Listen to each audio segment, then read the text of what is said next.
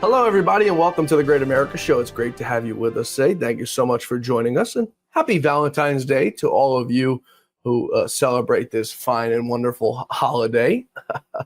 What a week it was. We've got RFK Jr. now confirmed. We've got Tulsi Gabbard now confirmed. And we're just waiting one more important holdout. There's a few more cabinet members who haven't been voted on yet, but we're expected them to pass with flying colors. It's just getting through the procedural hurdles right now. The next big one coming up, and the last big one, will be Kash Patel. He'll be on the docket hopefully by next Tuesday or Wednesday, and hopefully be ready to hit the ground running and off to work and ready to make the FBI great again. In just a few moments, we're going to be joined by former Executive Assistant Director of the FBI. His name's Kash Patel. Great man. Worked at the FBI for nearly 3 decades under James Comey, under Robert Mueller, and left just as Chris Wray came in. So a lot to talk about, a lot to discuss. So he's going to be joining us in just a few moments here. First, I want to get to some news as we wrap up this Friday and the week that was. President Trump is expected to sign an executive order today, halting federal funding from schools and universities that require students, you ready for this, folks, to be vaccinated against the, ready for this one? The China virus. Imagine that. It's still a thing. The China virus, the coronavirus, is still plaguing this nation. I didn't even know it was a thing. I've been having a bunch of colds over the last 2 or 3 months. It's probably from traveling and spending a bunch of time skiing out west. Never did I once think to take a COVID test. Could have been COVID, China virus, maybe. But at this point, it's exactly what we said it was going to be a few years ago, a seasonal cold. We move on from it. We get better in a few days, and you move on and live your life. But no, there's still Marxist universities and institutions that want everyone to be vaccinated. I thought Anthony Fauci was long gone, but his legacy, I guess, lives on in infamy.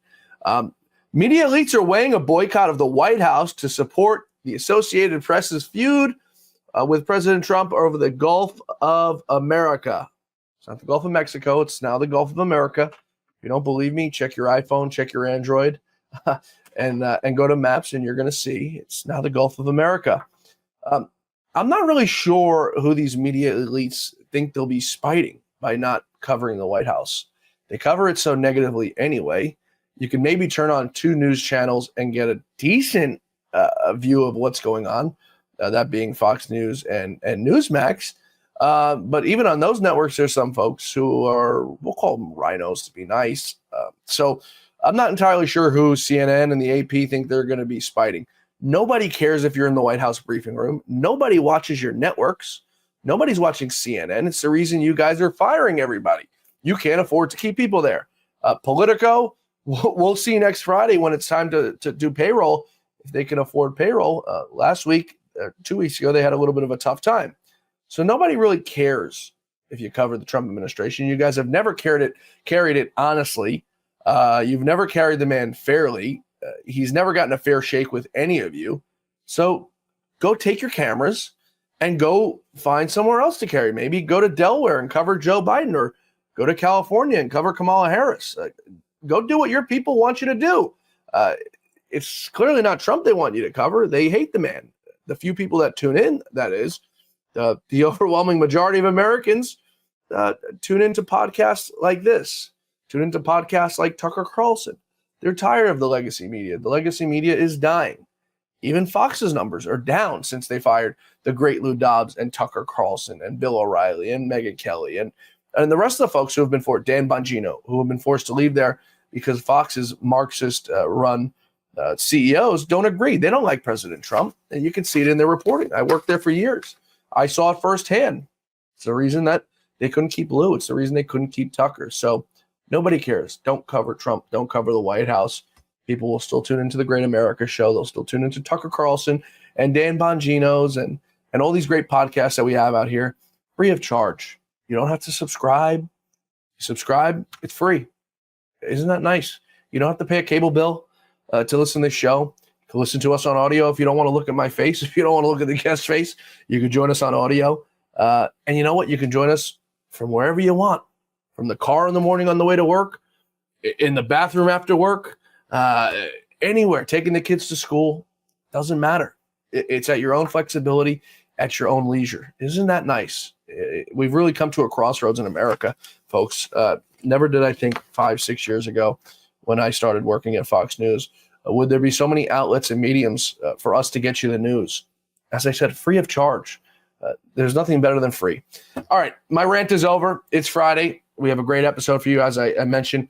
Retired FBI executive assistant director, retired just a few years ago from the Bureau. He's also the author of Wanted, the FBI I Once Knew, Kash Patel. Chris, it's great to have you with us here on the Great America Show. Thanks so much for joining us.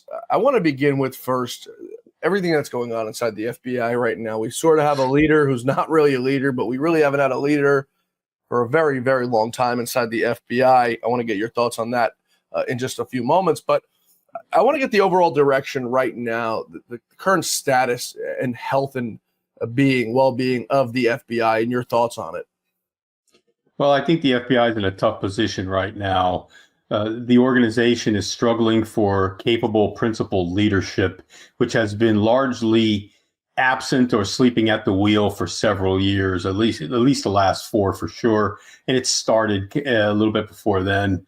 There's a lot of anxiety among people in the FBI right now as they've watched some of the most senior executives be dismissed and excused from duty, and some of the field office leadership as well. So there's a lot of anxiety.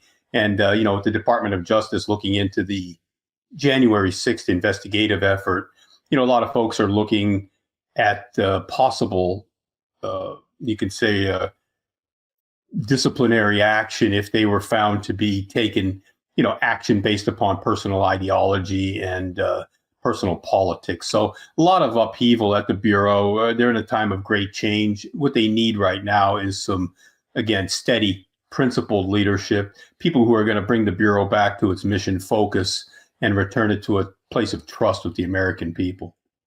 Now, you worked under Director Comey. What was his deal? Right. What was his issue? We'll go back right now to 2015, 2016, where he witnessed, a lot of bad things happened to President Trump. He knew, first of all, even before President Trump, let's go back a little bit further, Hillary Clinton. Why would he give Hillary Clinton a free pass, number one, after coming out saying she committed crimes? And then number two, what was his animosity towards President Trump? I think with the Director Comey, he allowed himself to become more of a public figure than he should have been, first off. If you remember when Director Mueller was in office, how many times did you see Director Mueller on TV? Rarely, if ever. Director Comey became more of a media-focused director. He allowed himself to be dragged into certain political situations that the former directors used to avoid. And the Bureau was an apolitical organization. The former director, or the previous directors, did not allow themselves to be dragged into those public political forums. I think when he made those comments about Madam Clinton, he should not have done that. He was a bit out of his lane. That was a Department of Justice level discussion that should have been had. But he felt as though he was doing the right thing by messaging to the American people, and I think he kind of stepped out of his lane on that. He should have stayed in the more quiet advisory role to the Department of Justice and the Attorney General, and he failed to do that. He allowed himself to become that public target for the discussion that shouldn't have been had when it came to Hillary Clinton and her activities. So I think he allowed himself to become more driven and influenced by his own personal politics and his own personal agendas, which again led the organization to a bad place. As far as his animosity toward President Trump, I can't really say where that came from other than an ideological difference, probably political differences. I understand they had some conversations directly between the president and Director Comey where Director Comey felt as though the president was demanding loyalty from him. And I don't think they got off to a good start. So I think the former Director Comey took that as a request for some sort of fealty that he wasn't willing to give. And that's where I think the relationship started turning bad. I understand where President Trump came from when he asked for loyalty, if that's in fact what he actually said, after finding out or knowing that he was maybe wiretapped in Trump Tower. His campaign was spied on. His campaign was infiltrated. What more can you ask for from an FBI director than to be loyal and to do an honest job? I don't think he asked him for anything too out of the ordinary. You spent nearly 3 decades at the FBI, and when you retired, you were one of 8 top leadership of the top leadership. So you worked through the ranks. You started bottom up, and you made your way to the top.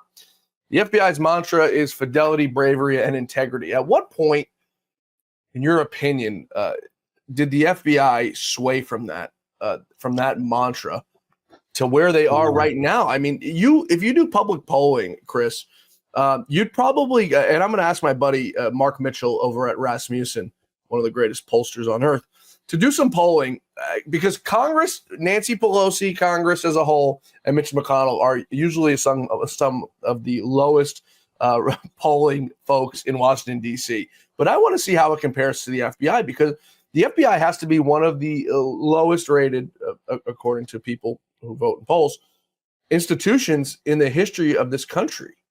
At what point did they make that turn from fidelity, bravery, and integrity over into culture warriors? I think it started happening in the later part of Director Mueller's tenure. The FBI changed significantly after 9/11. The tragedy of 9/11 was a defining point for the FBI. They started changing the culture of the FBI as well as the operational practices of the FBI to move away from being a law enforcement reactive cops and robbers organization to being more of a domestic security, national security organization. And the FBI started changing how it saw itself, how its leadership behaved.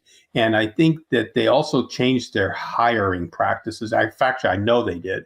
And they wanted a more intellectual workforce, and they deprioritized the hiring of former law enforcement and former military personnel, which gave the FBI its steel and its backbone. And we saw the workforce change over the years.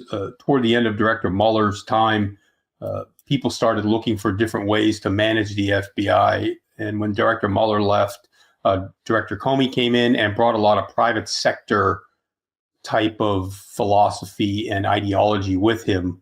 And the organization started moving more toward being, I guess you can say, more liberal in its views, which, wasn't a good thing for the FBI. I saw my FBI change from a disciplined organization to a more, that private sector mentality. Everything became negotiable. We lost our discipline. And over time, that accelerated under Director Comey, continued under Director Wray. And Director Wray, honestly, was more of a caretaker director. He didn't make a lot of changes, and he didn't do a lot of hands-on work. And he allowed certain factions and people inside the FBI to gain more control and influence over how the FBI was run than was warranted.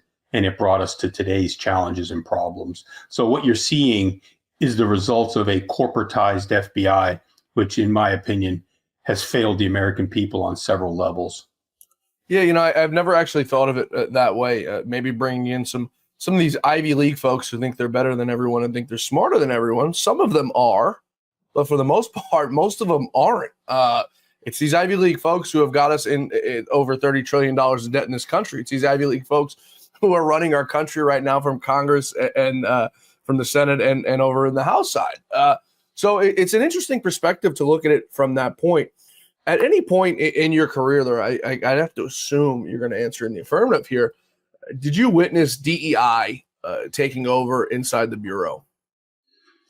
It started happening, I would say, again, toward the end of Director Mueller's tenure.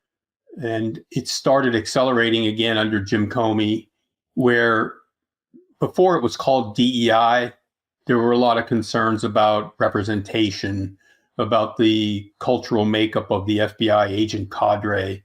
And there were some lawsuits about, supposed racial inequity or racial bias. So it started creeping in toward the end of Director Mueller's time, and it accelerated under Jim Comey. And then it accelerated even further over the past 4 years when the previous administration made it a priority.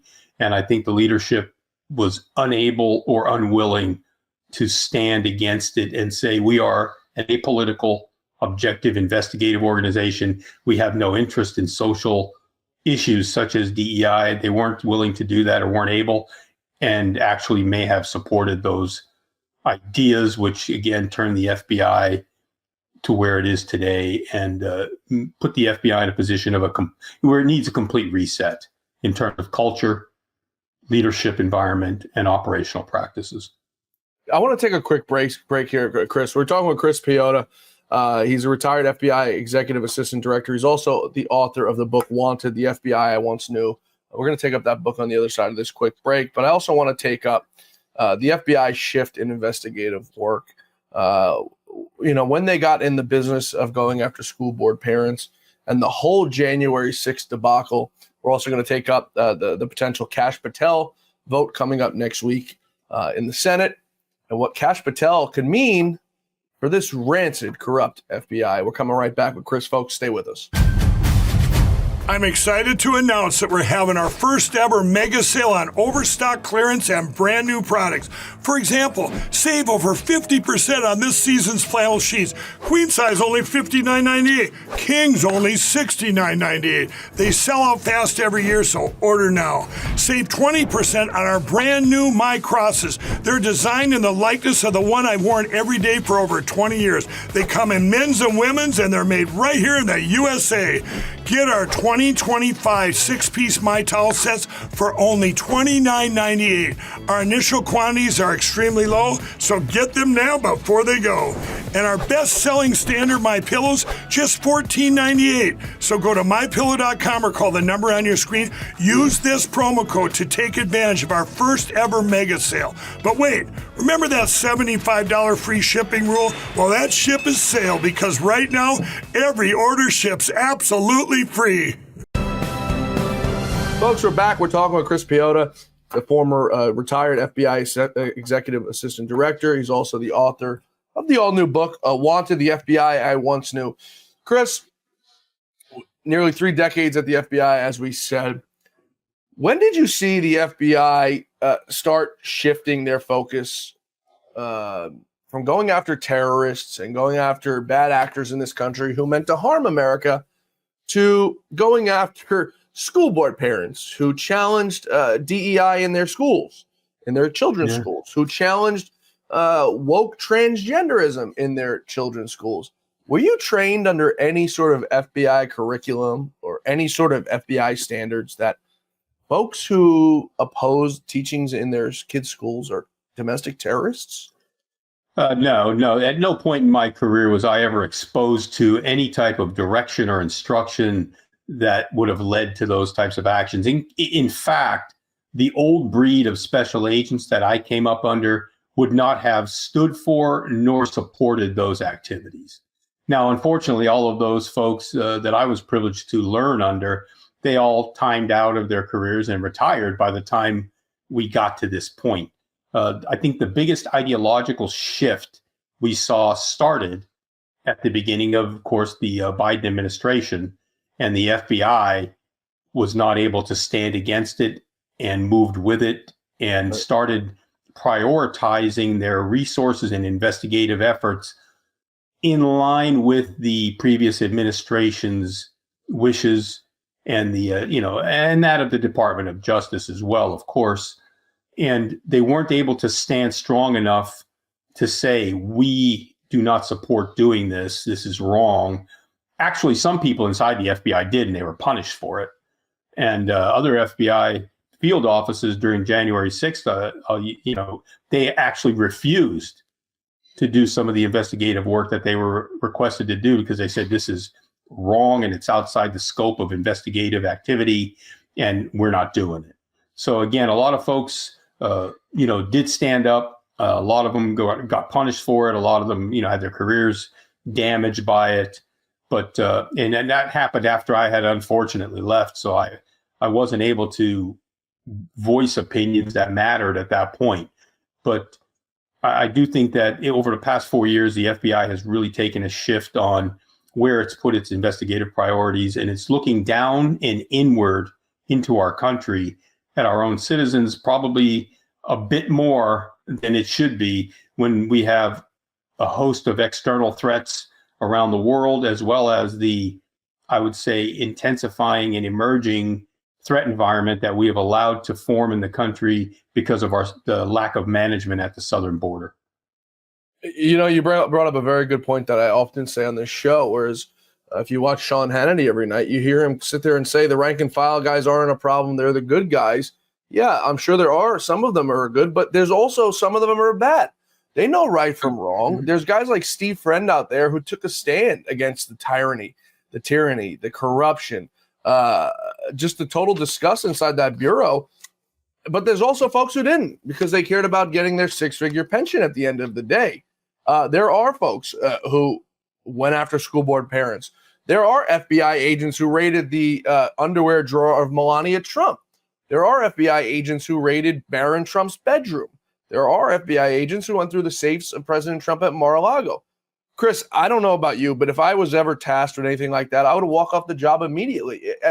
At some point, you have to have a conscience, right? And at some point, money doesn't matter because your conscience does. At least that's for myself. And I think it sounds like you as well, and a lot of other people. I often tell people on this show who say the rank and file guys aren't the problem. If there's a dead fish rotting on the 7th floor of the FBI, Chris, you're going to smell it on the 8th floor, you're going to smell it on the 9th floor, you're going to smell it on the 6th, and you're going to smell it on the 5th. There's no way things were going on inside the FBI that the rank and file guys didn't hear about, didn't know about. And to further prove my point, all these FBI whistleblowers we have who have come forward, rank and file guys who knew what was going on. They weren't 1 in 1,000 guys who knew what was going on. There's way more than that. Why do you think we didn't have more folks come forward and say enough's enough? Because I think if we did, we might not have gone this far down the rabbit hole. I think what you have is an imperfect balance between being independent investigators versus insubordinate investigators. And I think what folks forget sometimes is that the FBI is a hierarchical organization, right? You're given orders and direction that are actually rolling down from the White House through the Attorney General, through the director of the FBI, to your local chain of command. And, you know, a lot of these folks looked at it and they probably voiced their opinions. Hey, this is wrong. Why are we doing this?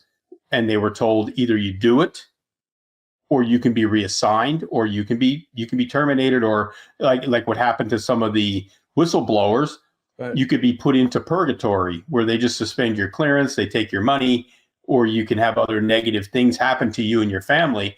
And I think a lot of folks just weren't in a position to give up their careers. They weren't in a position where they could, as the only breadwinner of the family, you know, give up their income. So, I mean, a lot of personal reasons. But what I do think is that what happened for January 6th, Mar-a-Lago, and other, you know, things that happened that were not the Bureau's finest hours, those were leadership failures.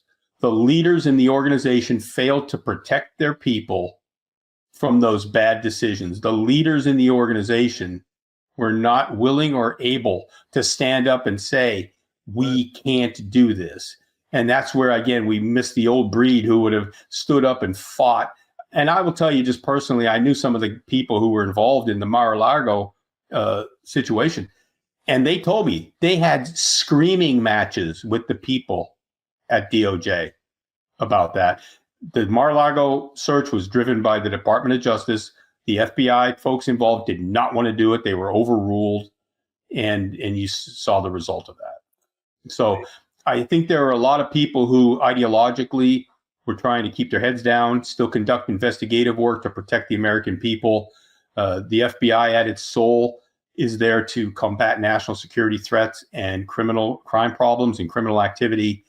And that's what those people tried to continue to do the best they could under the circumstances they had. And, you know, I can't comment on people's personal reasons why they stood up or why they didn't, because I wasn't there. But I do think a lot of folks at the Bureau will snap back into place immediately given the proper leadership environment. We're going to take that up next segment. Before we get there, I want to go a little bit further into this. First of all, as far as I'm concerned, any of these guys who partook in any of this, and President Trump seems to be extending them an olive branch, I don't think there should be. There were people whose lives were ruined, Chris. School board parents, January 6ers, which is where we're going to turn to right now. January 6ers, thousands of them, Chris, who went to sleep one night and woke up to a bang the next day. Elderly parents, some of them I've had on this show, elderly women, grandparents. I had a lady on this show, 76-year-old woman, walked through the Capitol, was guided around the Capitol by Capitol Police, and was looking at 5 years in jail, losing her Social Security and losing her pension if convicted. Luckily, the trials were pushed after President Trump won, and she wound up getting one of those pardons from President Trump.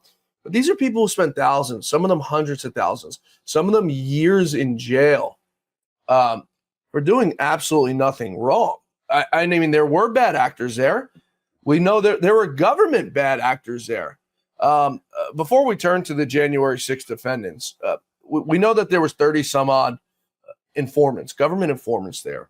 It took them years, Chris, years to come out and tell us, which shouldn't have been the case because they knew on January 6th at midnight or January 6th at 11:59, they knew on January 7th who those 34, I think there was probably more than 34, but they knew that there was those 34 there. Why did it take them 4+ years to come out and tell us, one, that there were government informants there, two, they still haven't told us what crimes they committed, because as far as I'm concerned, you correct me if I'm wrong, if you're a government informant and you're going in to do recon work, if you commit a crime, you're not immune to anything. You're going in there to get intel work. You're not there to commit any crimes. Why do we not know if any of them incited a riot? If any of them incited an insurrection? If the man who was standing up on that scaffold telling everyone to go into the Capitol was one of those 34 FBI informants? Why is it taking the government this much time, number one? And number two, is it okay for a government informant to commit a crime? Well, there's a lot of stuff right there. So let me start with having informants at large events such as the inauguration. That is not unusual. Mm-hmm. And that is not something that is outside of FBI routine activity when you're looking for threats. So they will have informants attend some of these functions so they can give them ground truth reporting, figure out if there are any threats either occurring or emerging, and then they can report back. So that's not by any stretch of the imagination strange or unusual. Now, as far as the folks who were there that day, from what I've seen in the open source media, the reporting is that the FBI said they weren't there in an operational capacity. They were not tasked to do anything other than they were there, they were on location, they were going to passively gather information and then send it back to the organization through established channels. This is what I understand. As far as not wanting to reveal them, from an operational security perspective, some of those informants may have been involved in other operations outside of what was considered to be directly associated with January 6th. So they were looking at an operational security perspective more than likely of how many of these informants are very well placed informants in other threat environments. Mm-hmm.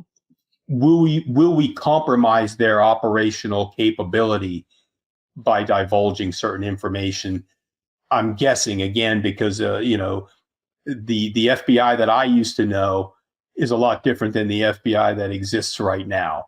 And the FBI I used to know did business a little differently. So I'm not sure why they were so reluctant to tell even the Congress. I mean, you could speak to our national leaders in a very controlled, classified setting, and they were still unwilling to do so, which again, what that shows me is a decline in the culture of the organization, a decline in the professionalism, that they won't even cooperate with our national leaders on certain issues.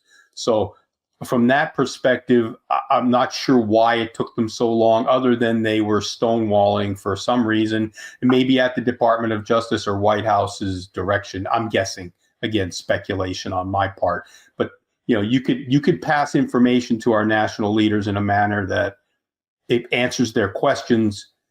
It can be relayed to the American people, just like I told you.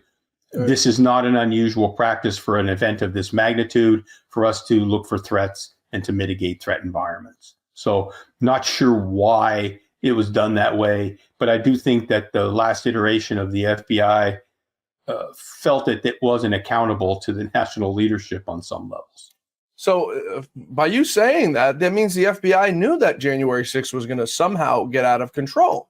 They knew it wasn't just going to be a rally, which means if the FBI knew, it means Nancy Pelosi knew. It means the National Guard was supposed to be called. It means our leaders knew. President Trump apparently had an idea that it may get out of control. So if that's the case, and the FBI knew possibly that it was going to get out of control, and the federal government knew, why not have the National Guard there? Why not have as much manpower as you could have there? If you had the National Guard there sitting on the steps of the Capitol that day, Chris, I can guarantee you not a window would have been broken and not a building would have been breached, because those folks there, they weren't 99% of them, the non-actors, and I'm not saying just the government actors, but the Antifa actors and the ones who were plants there, probably wouldn't have committed the crimes they committed. 99% of these folks, I was there on that day reporting for Fox News, working for Lou Dobbs Tonight. It was love. It was peace. It was people happy, cheering around. And then just 30 minutes later, there was windows being broken. Those weren't the same people I saw at President Trump's speech. So the government has intel. We probably have the best intel in the world. You'd probably confirm that for me.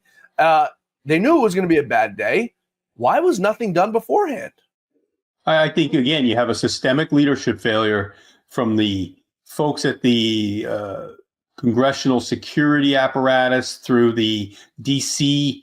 local government. From what I understand, they didn't want National Guard troops there. They didn't want the bad optics. They didn't want overt security. And, I'm sure there are a lot of other stories out there, but they didn't want it to appear as though they were afraid of what was going on. And there are a lot of other theories on why, there was an absence of security and the delays in certain actions being taken. But in my opinion, and I was in DC for the other inaugurations that happened over time, there's always a concern of poor behavior when large crowds get together. Yeah. It's just crowd dynamics and crowd control. So it doesn't matter that it was that day for that instance. It matters that whenever you get a number of people that large together in one place, you have a volatile or potentially volatile situation. And that's why the security should be appropriately set. And that day it was not. Yeah. It was a leadership failure on many levels. Chris, after the last 10 years of what we've seen happen in this country, I don't believe in coincidences anymore. It just, the stars have aligned far too many times for things to stop being a coincidence. Going back to one of the other questions that I know I asked a long-winded question, so you probably skipped over, but yeah, those government informants who were there that day, is it legal, is it FBI policy for them to commit a crime if they have to help themselves fit in? You know what? That's a difficult situation that they put themselves in. There are certain rare instances where you can get authorization for certain kinds of criminal activity to establish your cover or your longevity in a threat environment. But that has to be approved at very high levels, and it's scrutinized very closely. And there can't be any risk or safety to people's lives. Things of that sort they're not going to go for that. On that particular day, nobody, from what I understand, was there in an operational capacity. So I don't believe they were authorized to conduct what would be considered criminal activity. But again, we would have to get a review of the records of those informants to see what kind of dispensations they might have been given, but the FBI says they weren't there in an operational capacity. So if that's true, then they did not have the dispensation for criminal activity. Like I just said before, the coincidence thing, there's been far too many things that have happened that coincidence aren't. Take, for example, the guy who they call Scaffold Commander. I don't know if he was an FBI informant. I'm not going to come out here and say he was. Tucker Carlson came out and said he was an FBI informant. Tucker Carlson got sued for it. But you just look at some of the things and how he was charged. The man is on video inciting a riot, telling people to breach the building. He did what the FBI, what the Justice Department accused thousands of other people of doing that didn't actually do it, right? This man's on video doing it, telling people to go in. We're going to breach the Capitol tomorrow. He gets no jail time. It makes you sit here and wonder, Chris, how did a man like that, who it's documented on paper, it's documented on video, do what he did and gets away scot-free? Yet you've got guys who did none of what he did, who sat in jail for hundreds of days with no trials. Doesn't that make you wonder, like, what's going on inside this country? Well, it makes me very concerned on how our Department of Justice was administering prosecution and enforcing the law of this country. It was uneven, it was inconsistent, and I think they were looking to make examples of some people versus others.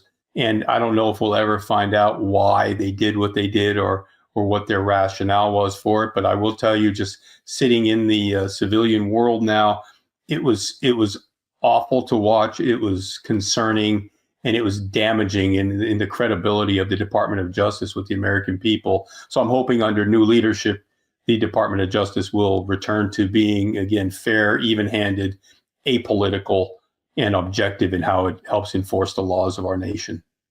I have on good account and good word that we're definitely going to find out what happened on that day. We're going to find out who was involved and what the DOJ's role was. Because, Chris, like I said, there was people's lives who were ruined over, people who will never get jobs again. I saw on Twitter the other day, a guy was going to buy a house, and he messaged the lady, the real estate agent on Zillow, to see the house. And she replied back, "Are you so-and-so from the January 6th insurrection?" So there's people's lives who are ruined of it, people who will never recuperate funds. There are people whose family members died while they were locked up in jail. There were babies that were born that, there's just a lot of things that they'll never get to get back. Time is the only thing you can't get back, Chris. And, I think we owe it to the American people. I agree with you, and it was shameful behavior by our government and its elected and appointed officials. Yeah, we're going to take one more quick break here. We're talking with Chris Piehota, the retired FBI executive assistant director, and he's the author of the all-new book, Wanted, the FBI I Once Knew. We're coming right back. We're going to take up his book. We're going to take up the FBI surveillance state, and will it ever end? And we're going to take up Kash Patel and the work that he has cut out for him pending his confirmation vote next week. We're coming right back with Chris, folks. Stay with us. I'm excited to announce that we're having our first ever mega sale on overstock clearance and brand new products. For example, save over 50% on this season's flannel sheets. Queen size only $59.98. Kings only $69.98. They sell out fast every year, so order now. Save 20% on our brand new My Crosses. They're designed in the likeness of the one I've worn every day for over 20 years. They come in men's and women's, and they're made right here in the USA. Get our 2025 six-piece My Towel sets for only $29.98. Our initial quantities are extremely low, so get them now before they go. And our best-selling standard My Pillows, just $14.98. So go to mypillow.com or call the number on your screen. Use this promo code to take advantage of our first ever mega sale. But wait, remember that $75 free shipping rule? Well, that ship is sale, because right now, every order ships absolutely free.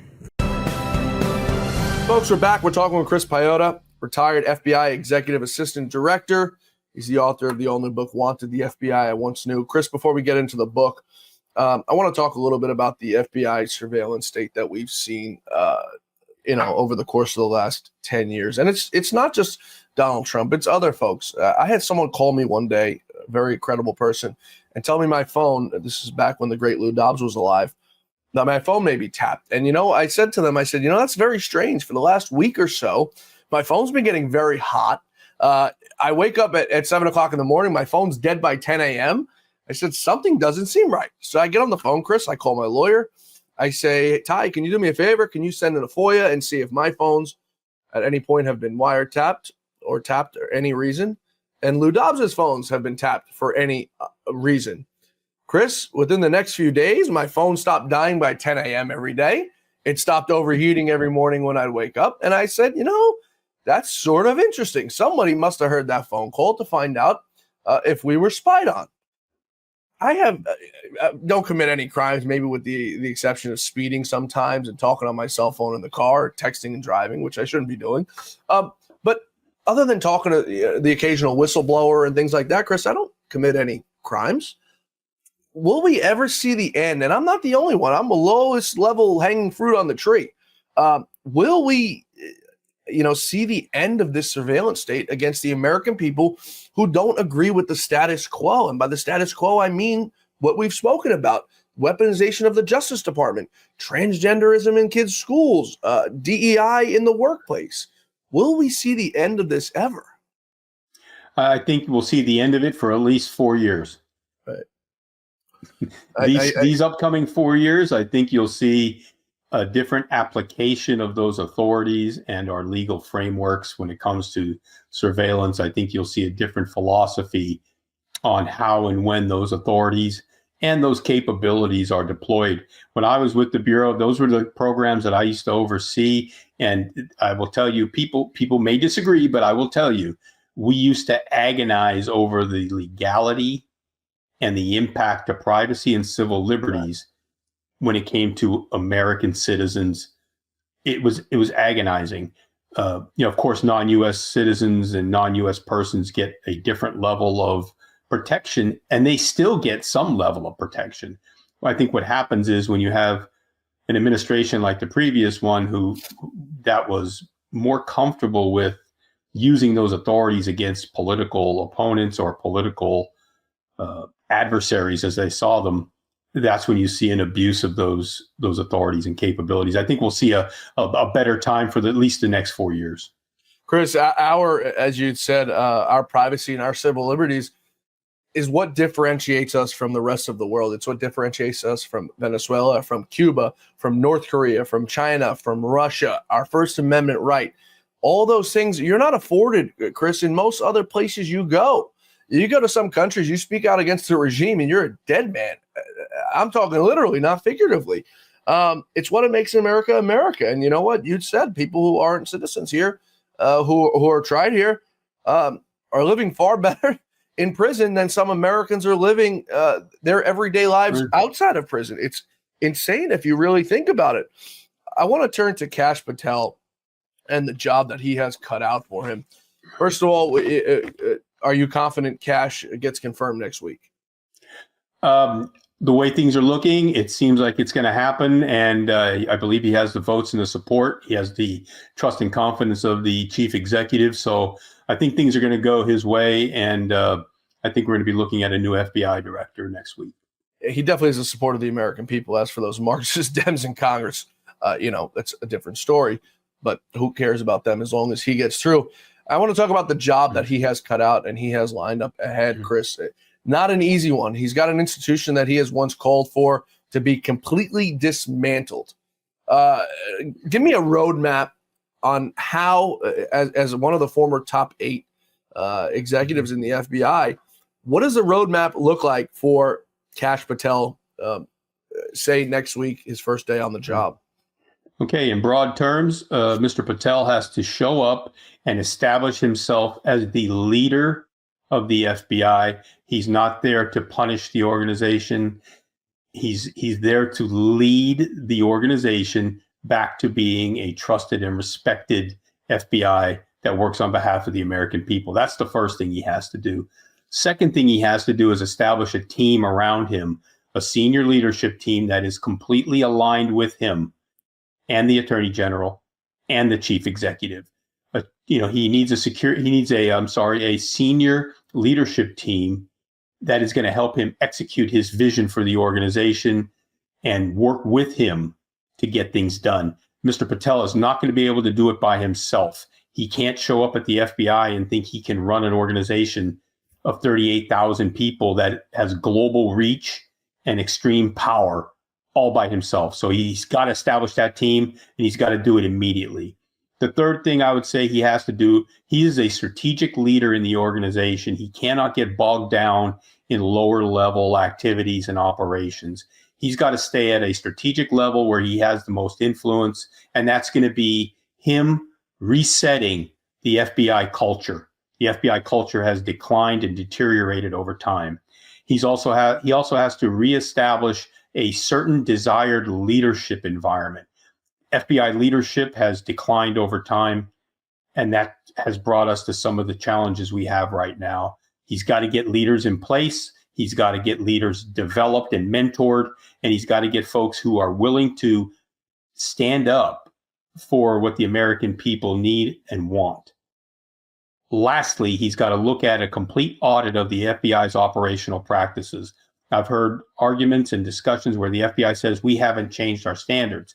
Maybe not on paper, but the way those standards have been administered, policed, and enforced has changed over the years. I watched them change when I was there, and the FBI is a poorer organization for that change. So those are the three areas from a strategic view: culture, leadership environment, operational practices. And he also has to go out and reestablish the FBI's credibility, not only with the American people, but with the national leadership. So go ahead. That's where I would recommend he focus his immediate efforts.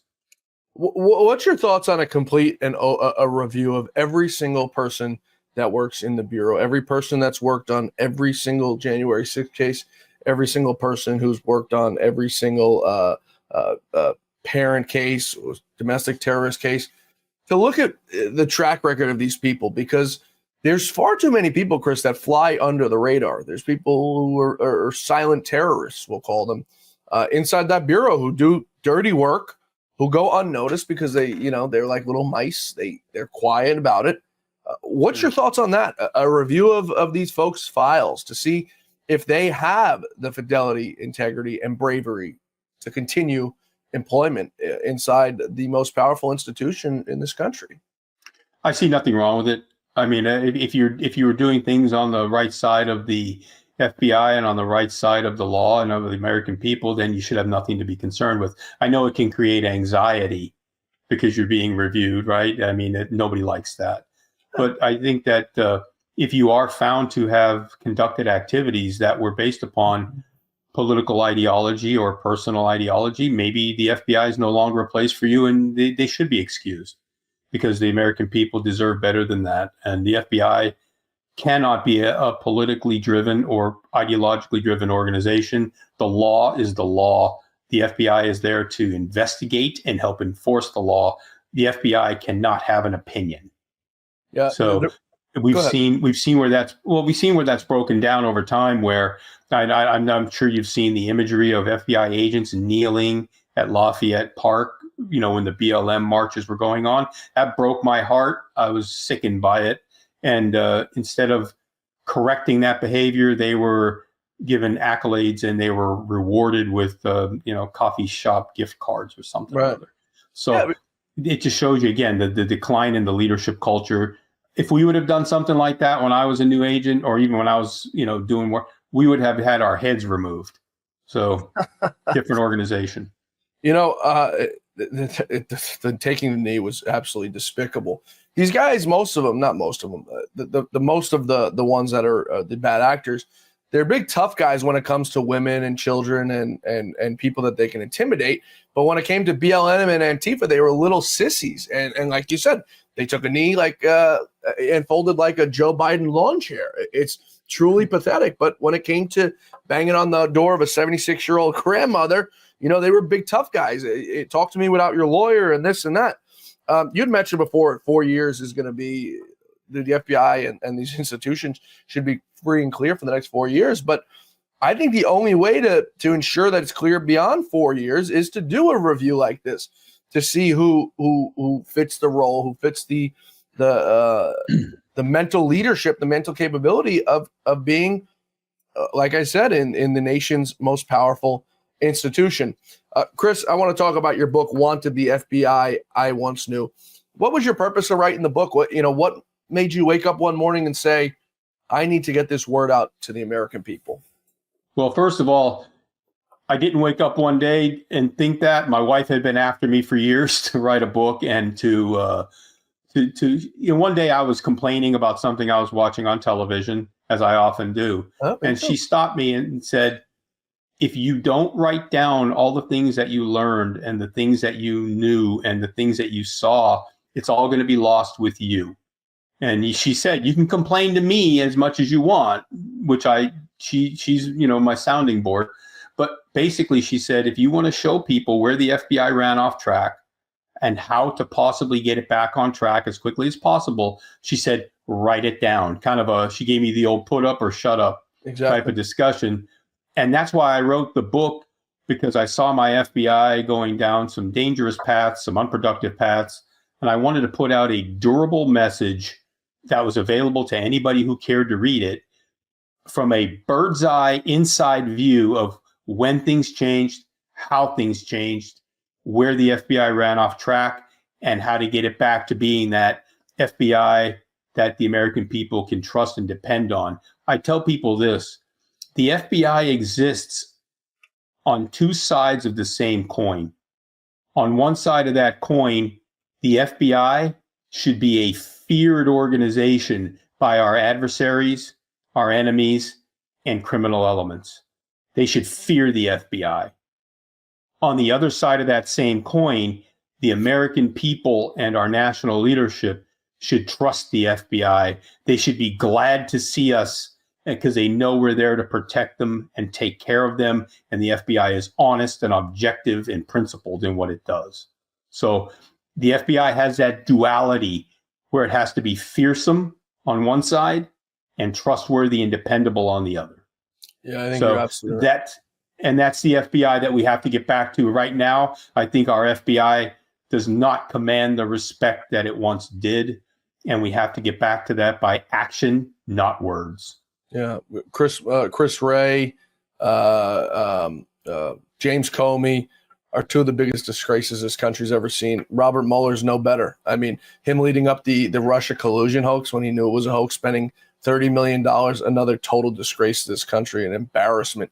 And they make our country look like such a laughingstock and a joke when Kim Jong-un or Vladimir Putin or Xi Jinping look and see what's going on here. We're no different than Venezuela when it comes to that with people staying in power. It's a total sham, total joke. Brazil, another one. Crazy. Real quick before we wrap up here, Tom Homan doing the Lord's work with his FBI raids. But we're finding out that there may be some leakers still hanging around in the FBI. Most recently, that Aurora, Colorado raid, taking over that compound where the gang members were. Tom Homan says it was a leak from inside the FBI, and he says it perfectly clear it's going to get one of our guys killed one day. By you leaking that we're raiding somewhere, they know we're coming. And he goes, one day there's going to be a gangbanger sitting on a couch somewhere with a gun ready to risk it all and take everybody out. What do we do about – I mean, this is a whole new level of low. Yeah, when I heard that information, I was very disappointed that they were sourcing it back to the FBI. And if the information is proven to be true and accurate, that it came from inside FBI channels, then it'll be another disappointment. But I will tell you this: whoever they identify as being responsible for that leak should be immediately and summarily dismissed from the FBI, and then they should be looking at any possible criminal charges that could be brought against these people, because they are, by being activists instead of FBI special agents, endangering the lives of their fellow brother and sister law enforcement members, as well as the community. You're also exposing the community to, I guess you can say, extended danger and possible, lack of well-being. So if that is true, then I think the department has to take very swift and harsh punishment against the folks who were involved.